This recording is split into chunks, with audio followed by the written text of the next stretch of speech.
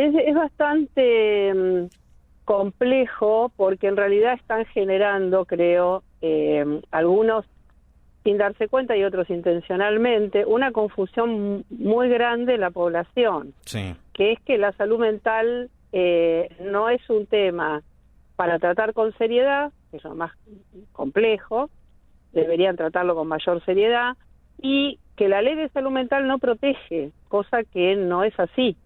La reglamentación de la ley de salud mental, como de la ley de prevención del suicidio, la 27130, que se reglamentó el año pasado, se terminó de reglamentar el año pasado, era del 2015, son puntillosamente precisas en los mecanismos que deben implementarse, tanto a nivel nacional como en localidades pequeñas, para reducir la vulnerabilidad que determinadas situaciones provocan, como en este caso de los últimos 2 años, los efectos de la pandemia. En todo el mundo, desde antes de la pandemia, se sabe cuáles son los efectos serios en la salud mental que provocan las crisis colectivas. Entonces, indican con precisión qué acciones tomar al respecto.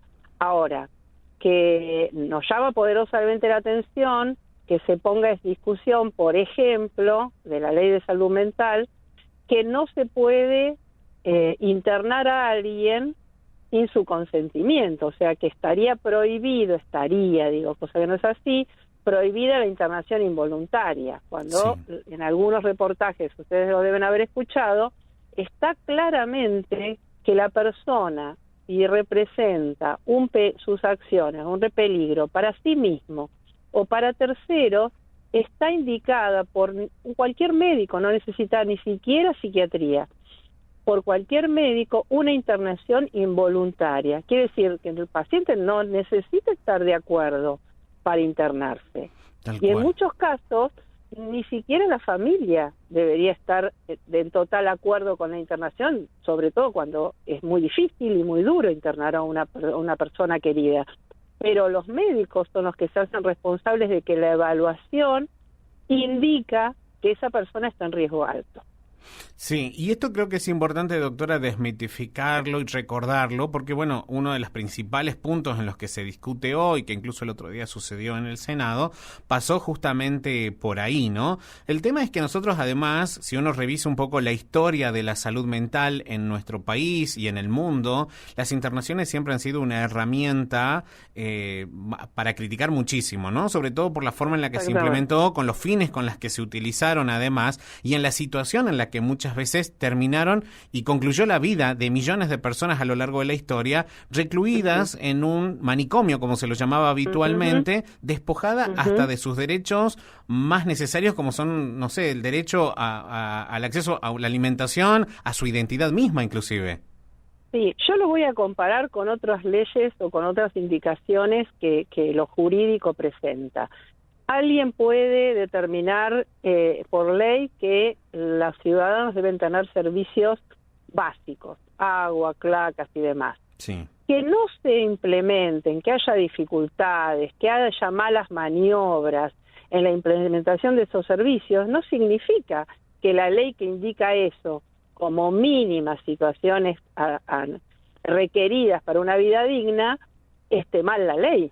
Sí. Lo que está mal es la implementación. Tal cual. Entonces, la ley de salud mental invoca que se reduzcan los sistemas manicomiales grandes, esto está consensuado en todo el mundo, y la ley se ha basado en indicaciones de grandes investigadores, sobre todo en Italia, que vienen trabajando sobre el tema de que las internaciones, las personas que tienen que estar internadas, deben estar internadas en lugares, sí internadas, aún contra su voluntad, pero en lugares que sean lo más parecido a un hogar, porque eso recompone y hasta puede llegar a restituir una persona de nuevo a la sociedad.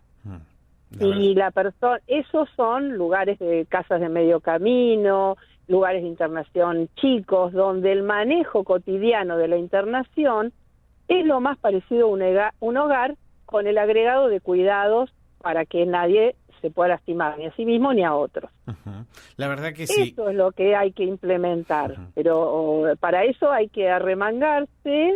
Yo diría, las personas encargadas de gestión deben arremangarse en su capacidad de gestionar y producir lugares, como indica la ley, que estén adecuados para que la persona tenga un trato digno, internada, tenga un trato digno, un cuidado extremo en el caso de la salud mental para que no corra riesgos, y reciba los tratamientos que justamente en los manicomios terminaban no recibiendo por esta situación tan de tanto conglomerado, de tanta cantidad de gente, que se perdía de vista la supervisión de si recibían o no las atenciones adecuadas. Por supuesto, ¿no? Pero por esto también sabemos que dentro justamente de la implementación, uno de los puntos más débiles es, por un lado, la creación a nivel de las provincias, por ejemplo, de los órganos de revisión, y por otro lado, la cuestión presupuestaria, porque si bien uno puede hablar de la importancia que tienen los dispositivos de medio camino y demás, todas las intenciones que hubo, incluso nosotros conocemos experiencias propias locales aquí en la provincia, que no pudieron progresar porque no contaban con los fondos y por ende no podían tener la infraestructura que se necesita para garantizar estos mínimos que usted marcaba. Y ahí agrego otro factor que el periodismo me parece que puede ser una herramienta útil en este tipo de cosas, que es visibilizar intereses creados para que estos lugares no se creen. Es decir, va a haber gente que va a seguir intentando que haya macro lugares porque tienen contratos, suministros, etcétera, etcétera, esos lugares donde no reciben el trato necesario los enfermos, pero sí se lucra con las ganancias de todas las tercerizaciones que en esos lugares existen. Entonces va a haber gente que no, digamos, grupos, por decirlo de alguna manera, económicos, que ven en las instancias manicomiales un ingreso permanente, ¿sí?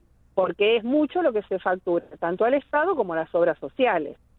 No es lo mismo estar internado en un lugar sin recibir la atención adecuada que recibiéndola. Pero eso es un costo, que cuando las personas que administran un lugar lo manejan con adecuación, se alcanza perfectamente. No digo que sea fácil, pero digo que se alcanza. Sí. Pero cuando hay intereses creados dentro de esas organizaciones para que algunos se lleven el dinero de lo recaudado, y seguramente no va a alcanzar el presupuesto. Así que no sé si no hay presupuesto o si está mal manejado. Creo que eso es parte de los comunicadores, ser un puente para indagar si en las gestiones locales el dinero que ingresa se destina a qué instancias, a las instancias necesarias de cualquier administración de servicios de salud, y qué pasa con lo recaudado.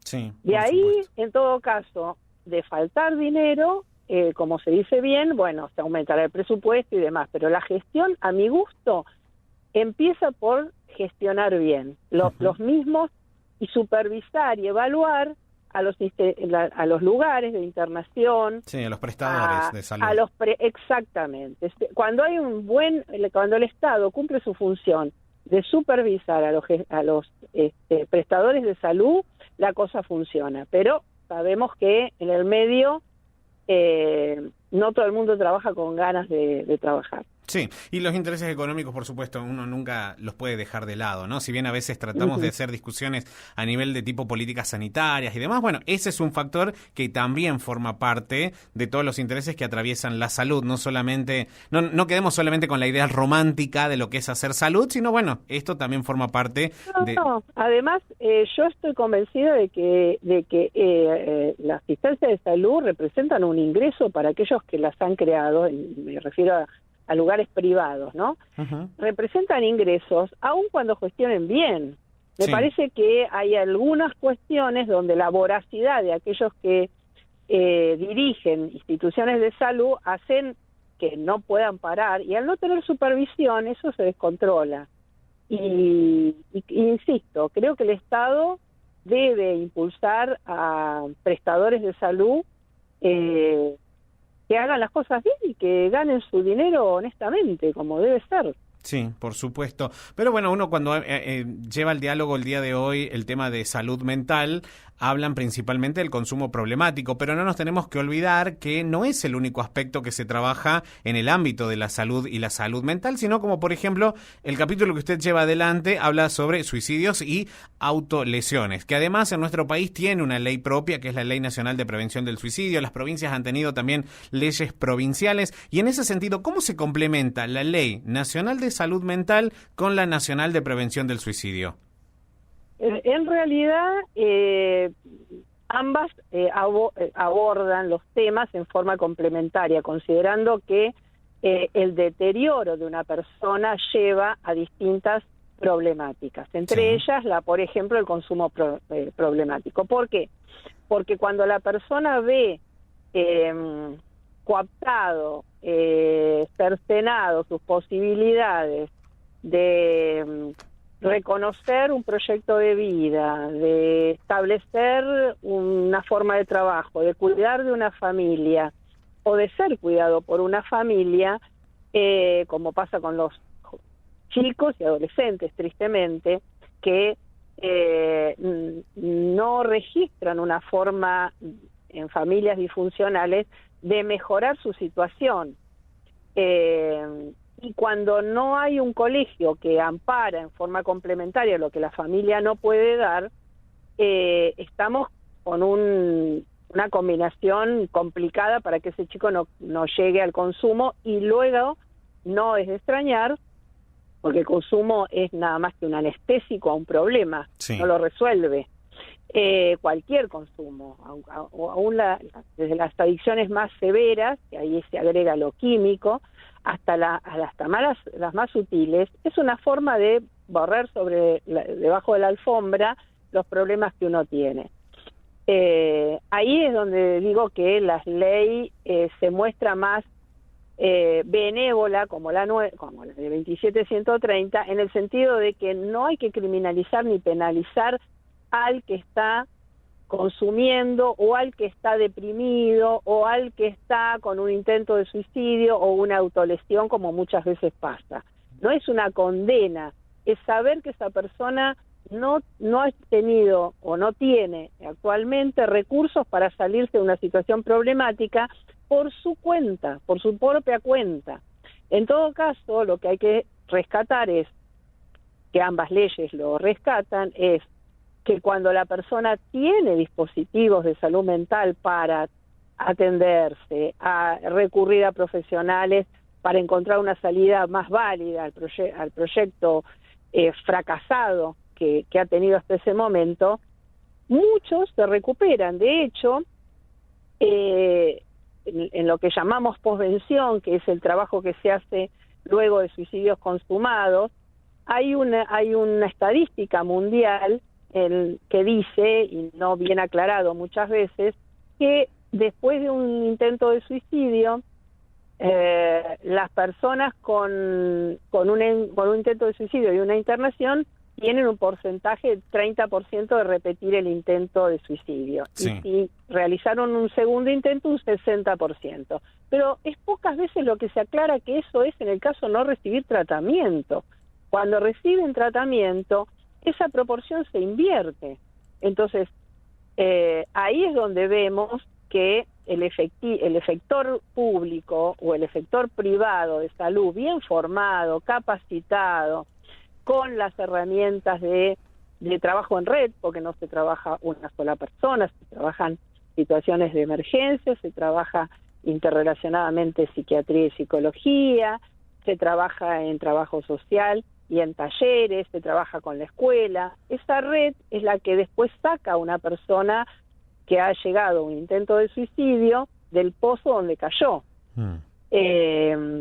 Ahí es donde encuentra con otros alguna forma de resolver los problemas que no sea abandonándose.